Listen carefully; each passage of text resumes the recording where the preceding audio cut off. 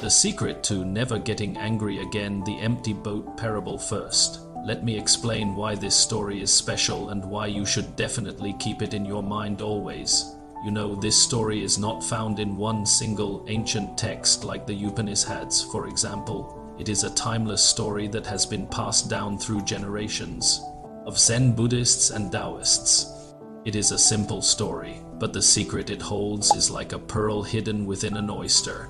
It has been used for centuries to teach core principles that resonate deeply with yoga philosophy, especially the idea of non-attachment, surrender, and most importantly, the illusory nature of the ego.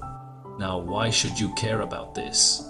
Well, this story has the power to revolutionize how you deal with frustration and anger in your life. Picture this. You are in a traffic jam, stuck behind the wheel with the person who cut you off just ahead of you, tailgating you. Your natural reaction might be to fume and feel irritated. But what if you could stay completely calm, centered, and unaffected? What if you could diffuse that anger before it boils over? That's exactly what this story teaches us. It provides a simple yet profound mental trick that lets you do just that. It offers a path to freedom from the turmoil that often arises from our interpretation of other people's actions. Before we dive into the full story, I have a question for you. Think about a time when you felt deeply frustrated or angry because of someone else's actions. Now ask yourself, was it really the other person's action that caused your anger? Or was it your reaction to those actions that created the turmoil within you? This parable beautifully illustrates this very idea. So without further ado, let's dive into the story. Once upon a time, not too long ago and not too far away, there was a man who lived on the edge of a lake. He was known throughout the village for his terrible temper. People would often avoid him because they never knew when his anger might flare up. No matter how small or insignificant a thing was, he would become incredibly upset over it. For instance, if someone talked to him while he was working, he would react as if they had insulted his entire family.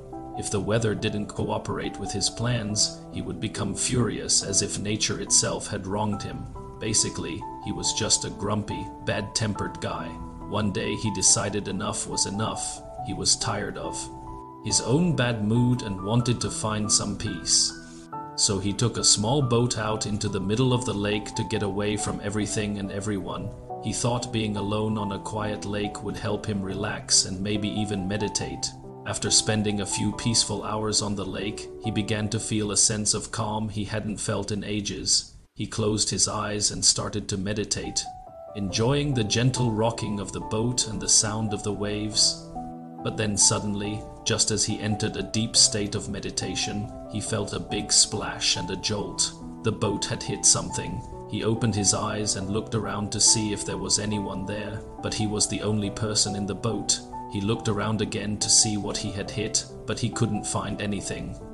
At that moment, he noticed another small boat floating nearby. It was empty. Someone had left it unmoored and it had drifted out into the lake. Then he remembered. The same thing had happened to his boat. He wasn't hit by another boat. He was hit by an empty boat. At that moment, he realized that he was the only person responsible for his bad temper. Nobody else had made him angry. His anger was a choice he made when he chose to blame an empty boat. When someone does something that upsets you, ask yourself, am I looking at an empty boat? Remember, sometimes the anger we feel isn't because of the situation, but because we choose to be angry about it. That's all for today. Namaskar.